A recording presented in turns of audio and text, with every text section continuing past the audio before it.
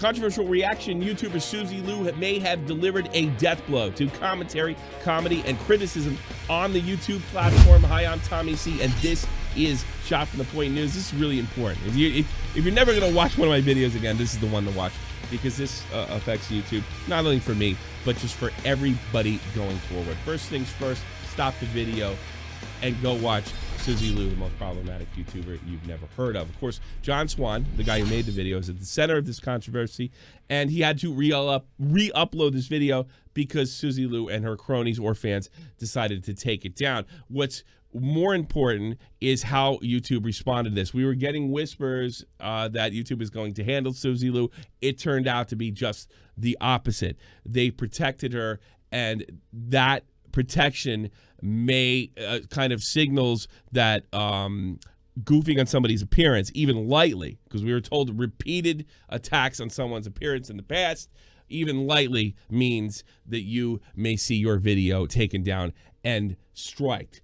Now, John Swan, I don't know if anybody follows me on Twitter, we don't get along that well. I've been good with him for several months, so me promoting this video, telling him to stop and watch this video, because, and I don't say this lightly, it's up there with some of the best commentators we have on the platform. The ones you might know, Nerd City, Colossal's Crazy, a personal friend of mine, and Colossal's Crazy, and of course iDubbbz. I see that at very least this video is on a path to come, to be on par with the likes of those people. Nerd City, I'm not a super fan of with his recent content and hypocritical content, but certainly he's known for being elite with his visual presentation. John has that, and his research is tight, and he's well spoken, and it is funny. It's kind of a sort of, I know he's not English, but it does feel like English dry humor. If that's what you like, please go check this video. Stop this video right now. Watch the whole thing. It's extremely entertaining, and John is more than likely an up-and-coming superstar. I've been pretty good at identifying them. James Marriott has been on my show and what have you. I think John's next. I don't think right now anybody's better than him on the platform. All right, having said that, this is the incident.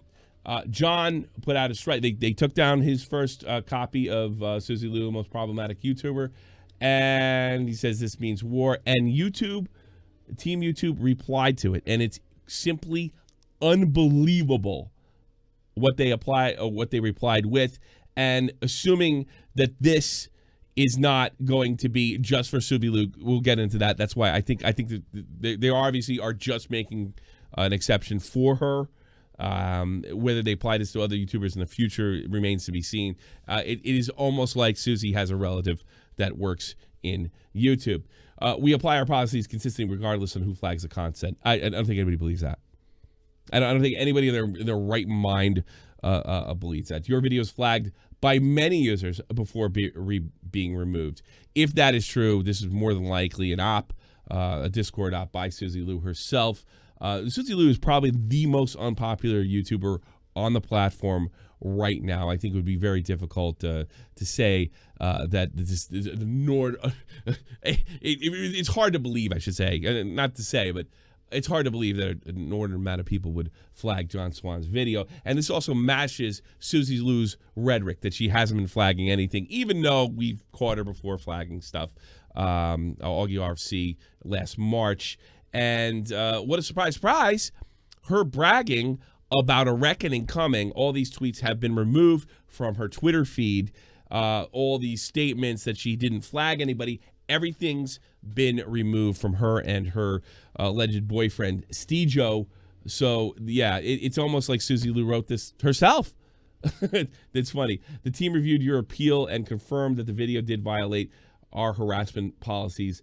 More on these policies here. I'm not going to get into that because I have an interview that is coming up right after this video, at least in the coming hours after you see this video. I'll be uploading a interview with John Swan, with me and him on here. It's about 16 minutes. I hope you check it out. He claims that neither the video that was deleted 2 weeks ago or this one violates YouTube's policies as we knew them. in the past. He feels that they don't. I'll let him argue that. You can check it out. They also write, we appreciate that you re-uploaded an edited copy of the video that complies with our policies and did not include repeated attacks based on someone else's appearance. Now, I thought repeated attack was, look at Leafy's chin, his chin, his chin, his chin, it's ugly chin. That was my understanding. That's not exactly what was going on. It was a satirical analysis of her forehead. Obviously, it's not very nice. But I thought that, harassment also implies that you're constantly doing something.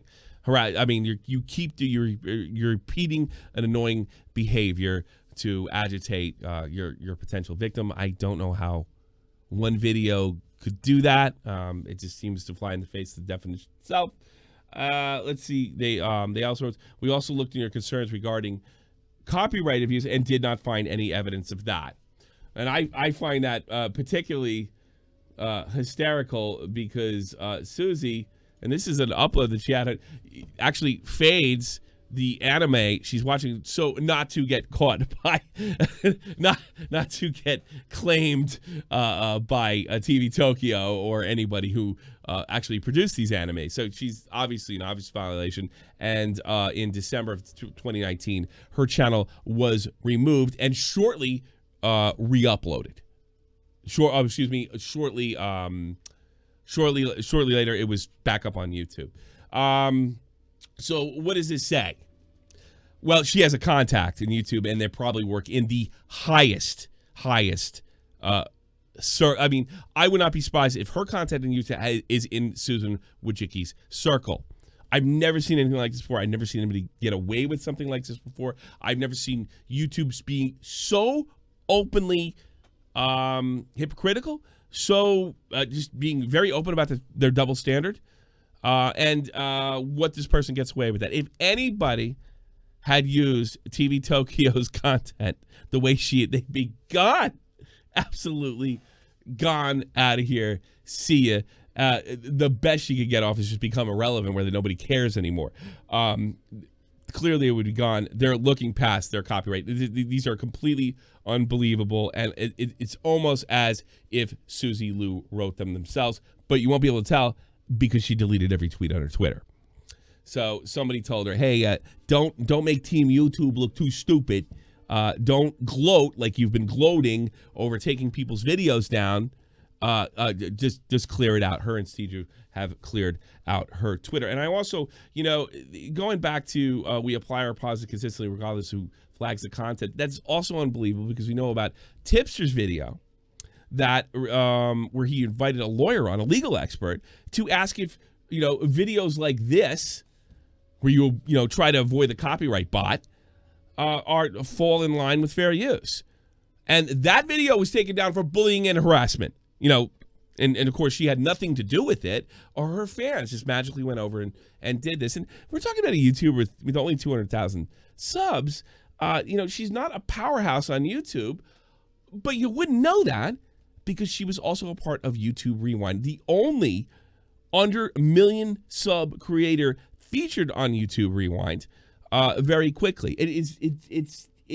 I think there is no question, none, zero zip, that this woman has a contact in YouTube that is extremely powerful, that is willing to stand up to Japanese corporations suing YouTube, that is willing to take down a critique with a legal expert.